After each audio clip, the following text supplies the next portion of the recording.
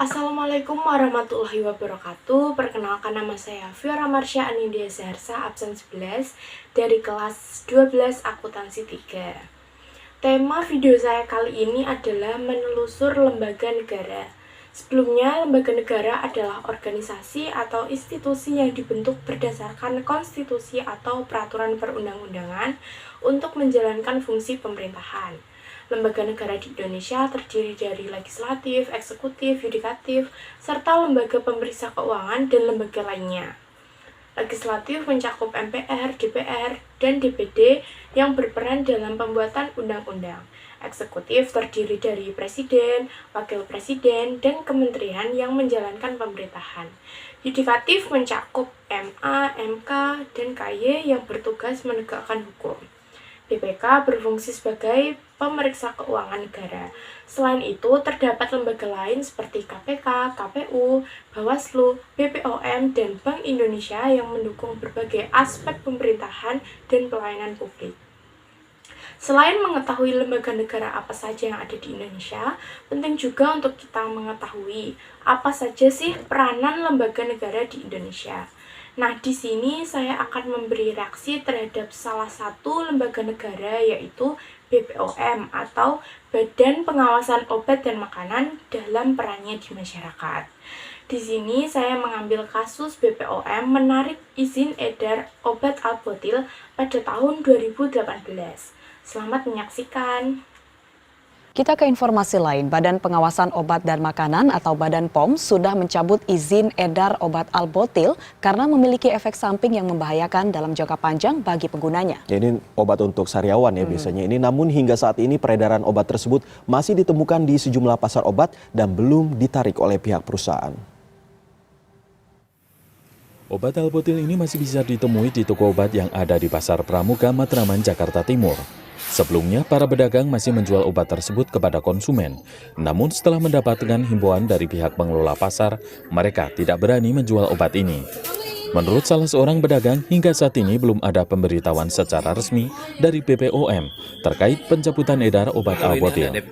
Mereka berharap ada dari pihak perusahaan PT Paros Indonesia untuk menarik obat Albotil dari para pedagang di Pasar Pramuka. Pihak Badan POM tolong berikan kami surat edaran untuk penarikan ini. Serta kalau bisa dari PT Paros sendiri menyebarkan orang-orangnya lagi atau sales-salesnya untuk menarik obat ini secepatnya. Sementara pihak Pasar Pramuka sudah membuat selebaran terkait efek samping penggunaan obat Albotil kepada pedagang. Mereka menyatakan akan menindak tegas pedagang yang masih kedapatan menjual obat luar ini.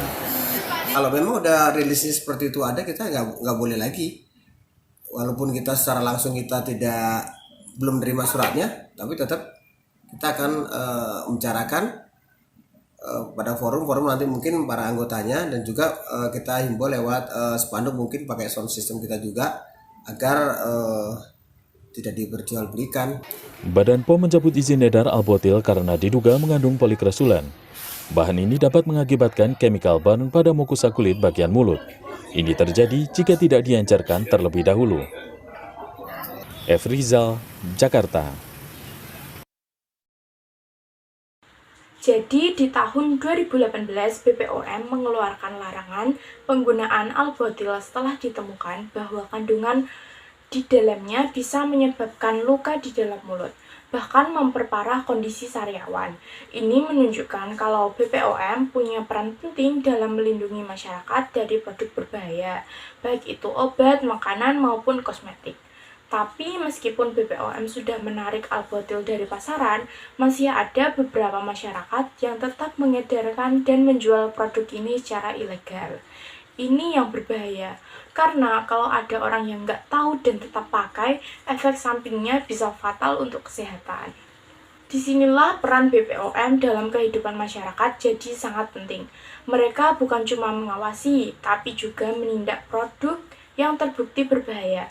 Kalau nggak ada BPOM, bisa aja kita tetap pakai produk yang sebenarnya beresiko tinggi buat kesehatan kita. Makanya kesadaran masyarakat juga harus meningkat. Kalau ada produk yang sudah dilarang, ya jangan malah cari-cari di tempat ilegal, karena pada akhirnya kesehatan kita yang jadi taruhannya. Dari kasus tadi, BPOM sudah melakukan langkah yang tepat dengan menarik albotil. Tapi pengawasan di lapangan juga harus lebih ketat supaya produk yang berbahaya benar-benar hilang dari pasaran.